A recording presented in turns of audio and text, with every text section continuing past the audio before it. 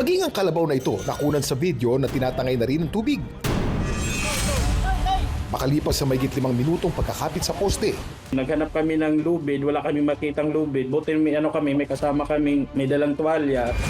Yun yung ginamit namin na paghahawakan nila para may angat sila doon sa taas. Sige! Sige!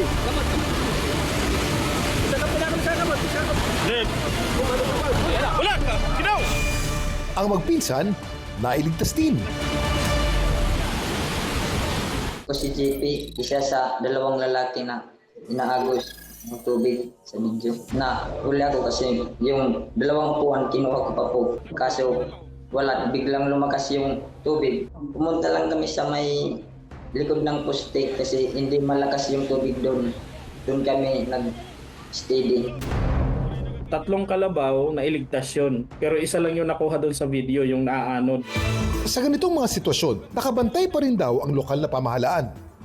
Meron po kaming mga nakalagay po na mga flood control markers doon po sa mismong flood prone areas po. Meron po tayong monitoring team para sa pag may mga ganitong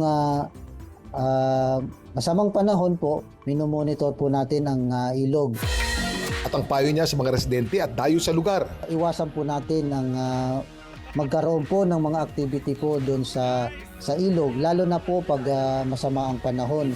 Natuto naman daw dito sina Rodel.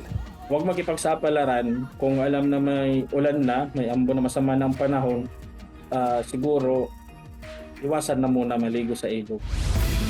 Maging alerto sa mga paparating na bagyo ngayong taon, mga kapuso. Tandaan, higit na mahirap kalabanin ang kalikasan, lalo na kung walang paghahanda at biglaan. Wala! Ginaw!